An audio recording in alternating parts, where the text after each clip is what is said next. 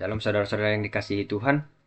Firman Tuhan pada hari ini menyapa kita terambil dari Kisah Para Rasul pasal yang ke-6 ayat 1 sampai 7 dengan tema pelayanan yang berkenan di hadapan Tuhan. Pelayanan yang berkenan di hadapan Tuhan. Saudara-saudara yang terkasih, ketika hendak menanam sesuatu, pasti yang kita inginkan adalah mengalami pertumbuhan. Ketika kita menanam pohon mangga, pasti kita berharap mangga itu cepat bertumbuh dan besar dan bahkan menghasilkan buah yang baik dan bisa kita nikmati atau dinikmati banyak orang. Ketika kita mempunyai seorang anak yang baru lahir, pasti hati kita sangat senang dan kita tentu merawatnya sehingga mengalami pertumbuhan yang baik, mengalami perkembangan yang baik. Demikian juga Tuhan Yesus yang telah menanam benih-benih gereja, menanam benih-benih orang percaya. Dia memanggil 12 muridnya, dia mendidik, dia mengajarkan firman Tuhan, dia memberikan contoh bagaimana mencari teladan bagi banyak orang hingga saat ini. Kemudian ke-12 murid inilah yang akan menyebarkan kebenaran firman Tuhan kepada banyak orang. Mari kita lihat Kisah Para Rasul 2 ayat 47. Sambil memuji Allah, dan mereka disukai banyak orang. Tiap-tiap hari menambah jumlah mereka dengan orang yang diselamatkan. Ingat, tiap-tiap hari menambah jumlah mereka. Tiap hari mereka mengalami pertumbuhan. Tiap-tiap hari ada jiwa yang diselamatkan. Percaya ketika Allah melawat gereja mula-mula dengan luar biasa, tentu Allah juga akan melawatnya hingga akhir zaman. Maka lebih luar biasa sebelum Maranatha tiba, revival terbesar terjadi sehingga banyak jiwa yang dimenangkan bagi Kristus.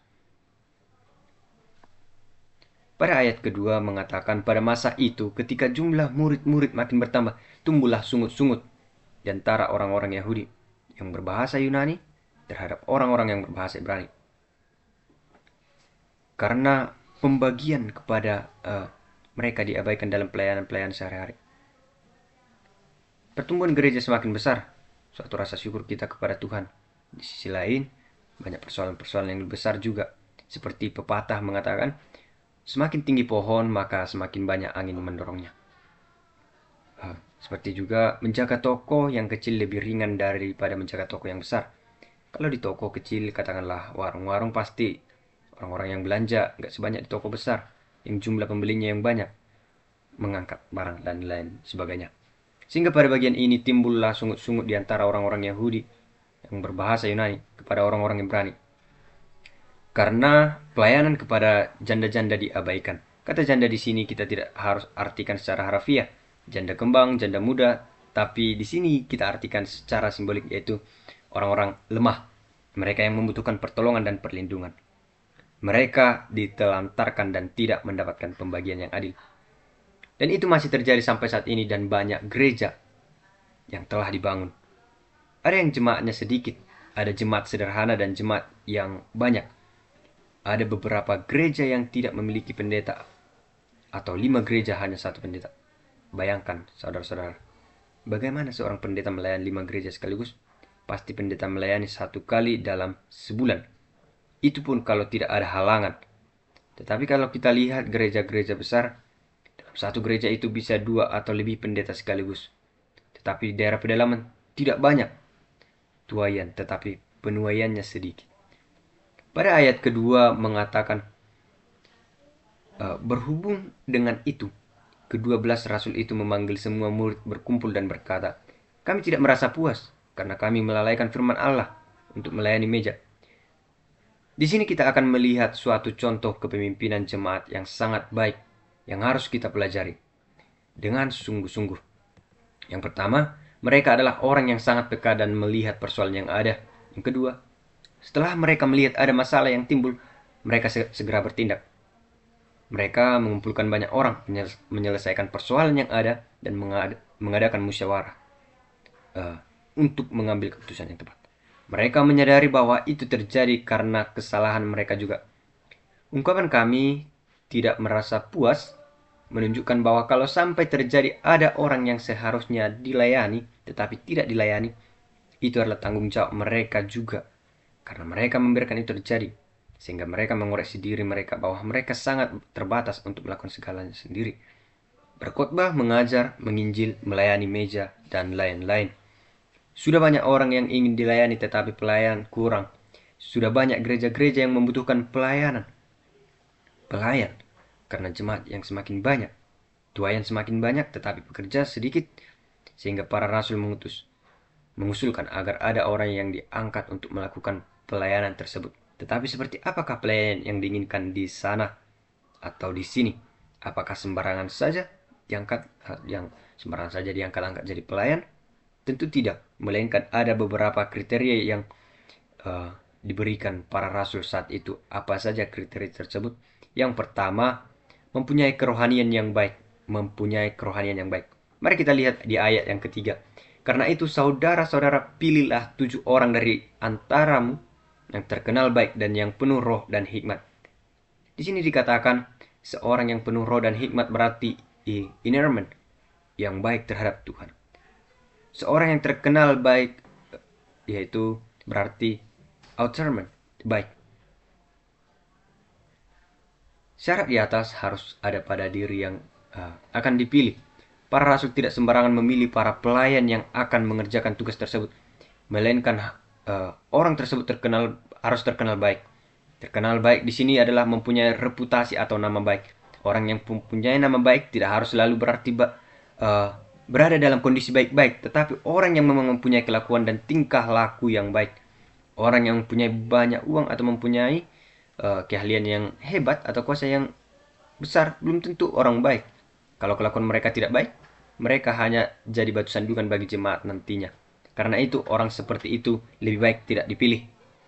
Kemudian orang yang penuh roh dan hikmat artinya orang yang selalu bergantung pada roh dan dipimpin oleh roh.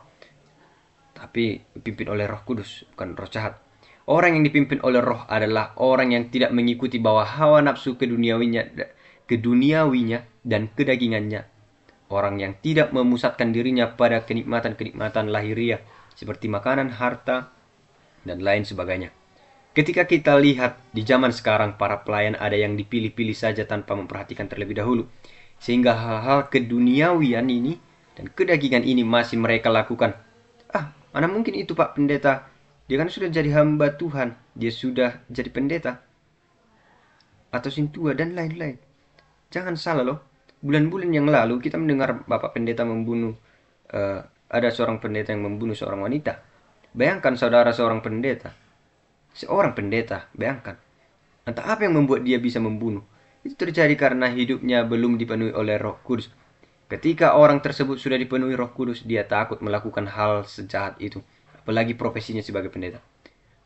Ada juga kita dengar sebagian anak yang sedang belajar teologi, anak yang dipersiapkan jadi hamba Tuhan, menyampaikan kebenaran firman Tuhan kepada jemaat, tapi bisa bunuh diri. Jadi hati-hati. Kita harus menjaga diri kita, sikap kita, dan kita harus meminta pertolongan dari Roh Kudus dalam memimpin hidup kita. Nah, sikap kita juga harus sama seperti Yesus Kristus. Tetapi jika belum bertobat dan belum dipenuhi roh, maka kita masih mengikuti yang namanya kedagingan. Bulan yang lalu kami melayani di salah satu gereja. Kebetulan di gereja itu hanya sintua yang melayani, karena gereja itu hanya memilih pendeta resort. Betapa sedihnya saya ketika di depan mata kepalaku sendiri, gereja dia merokok. Di gereja dia merokok. Padahal di sintua loh. Dan yang paling parahnya, ketika saya melakukan pelayanan salah satu gereja, ada seorang pendeta yang merokok. Saya katakan dalam hati, Tuhan, mengapakah mereka seperti ini? Bukankah tubuh ini adalah bait kita? Saya sedih. Dan yang paling rokok ini mereka berhalakan. Mereka sudah menganggap rokok ini sebagai suatu kebutuhan yang berlebihan. Mereka memberhalakan. Saya sedih. Ketika dalam gereja itu mereka tidak menjaga kekudusan. Sebelum berkhotbah merokok, Itu merupakan suatu hal yang sangat najis. 1 Korintus 3 ayat 16 dikatakan, tidak tahukah kamu bahwa kamu adalah bait Allah dan bahwa Roh adalah diam dalam kamu? 1 Korintus 6 ayat 19. Atau tidak tahukah kamu bahwa tubuhmu adalah bait Roh Kudus yang diam dalam kamu? Roh Kudus yang kamu peroleh dari Allah dan bahwa kamu bukan milik kamu sendiri. Jadi tubuh ini harus dikuduskan bagi Allah, apalagi para pelayan-pelayan di tempat. Mungkin merokok dalam gereja atau dimanapun, hal yang selalu gak apa-apa kok, cuman merokok gak apa-apa kok, cuman 1 gelas minuman-minuman keras gak apa-apa, ujung-ujungnya merusak tubuh. Loh, gak kok, ini saya baik-baik saja, tubuh saya aman. Lihat beberapa tahun ke depannya, apa yang akan terjadi? Merokok dapat merusak paru-paru, minuman keras dapat membunuh. Ada banyak di kampung melakukan hal-hal demikian. Maka kepada muda-mudi di tempat kita, jangan mencoba-coba untuk merokok. Ada pepatah mengatakan mencicipi untuk memulai. Kemudian orang yang penuh hikmat, orang yang berhikmat adalah orang yang bijaksana, bukan sekedar pandai atau cerdas, melainkan yang berkataan tingkah lakunya dan cara berpikirnya itu selalu mendatangkan kebaikan bersama atau membangun orang lain. Jangan pandai atau cerdas untuk menjatuhkan teman, pandai menikung teman. Ada di sini yang mendukung temannya, tapi di belakang dia menusuk temannya. Jadi ketiga hal itu harus ada pada diri seorang pelayan. Ketika seorang mengalami pertobatan, maka Allah yang melihat hati kita. Apakah kita sungguh-sungguh dalam melayani? Terlihat dari perbuatan dan tingkah laku kita sehari-hari. Jadi seorang pelayan harus memberikan teladan bagi jemaat, agar jemaat juga terberkati, bukan jadi batu sandungan bagi kita sebagai pelayan atau bagi mereka yang memiliki jabatan sebagai pelayan. Orang-orang yang dipilih tersebut harus mampu merubah perilaku mulai dari sekarang, atau yang sudah berubah, puji Tuhan. Mari kita lihat ayat 5. Ada Stefanus, Filipus, Prokorus, Nikanor, Timon, Parmenas, dan Nikolaus. Kemudian para rasul berdoa dan meletakkan tangan di atas mereka. Jadi kalau saya tanya sekarang, atau kita renungkan bersama-sama, apakah kita rindu sebagai pelayan Tuhan? Mari kita jawab di hati kita masing-masing. Nah, dikatakan juga bahwa dari ketujuh orang tadi, mari kita belajar dari sifat pelayan Filipus. Kisah Rasul 8 ayat 5-6. Dan Filipus pergi ke suatu kota di Samaria dan memberitakan Mesias kepada orang-orang di situ. Ketika orang banyak itu mendengar pemberitaan Filipus dan melihat tanda-tanda yang diadakannya, mereka semua dengan bulat hati menerima apa yang diberikannya itu. Dari ayat itu dicatat bahwa Filipus mulai dari seorang diaken kecil yang melayani janda miskin, janda yang banyak ngomel-ngomel, bukan janda kaya atau janda kembang, tetapi ini adalah orang-orang miskin. Filipus melayani mereka dengan segenap hati sehingga Allah mempercayakan Filipus untuk datang kota Samaria. Saudara-saudara, perlu kita ketahui bahwa orang Samaria adalah orang Yahudi, kemudian kawin campur dengan bangsa lain, sehingga orang Yahudi menganggap sebagai kelas 2 karena mereka tidak menjaga kemurnian sebagai orang Yahudi. Dipandang sebelah mata, dianggap remeh, dibenci dan disingkirkan. Tetapi Filipus datang ke Samaria karena banyak orang yang ingin mendengar kabar baik tentang Yesus Kristus. Banyak orang yang membutuhkan keselamatan. Filipus meneladani Yesus Kristus ketika datang ke Samaria dan berjumpa dengan seorang perempuan yang bersuami 5. Tetapi Tuhan sanggup mengubah semuanya menjadi lebih indah, sehingga melalui orang tersebut, orang-orang yang di sekelilingnya, di lingkungannya bisa percaya kepada Allah. Kemudian Filipus melanjutkan apa yang telah lakukan Yesus. Dia mempunyai semangat, dia giat memberitakan Injil. Meskipun ada banyak masalah, ada banyak penyihir, ada banyak gangguan, dia tetap semangat memberitakan Injil Yesus Kristus.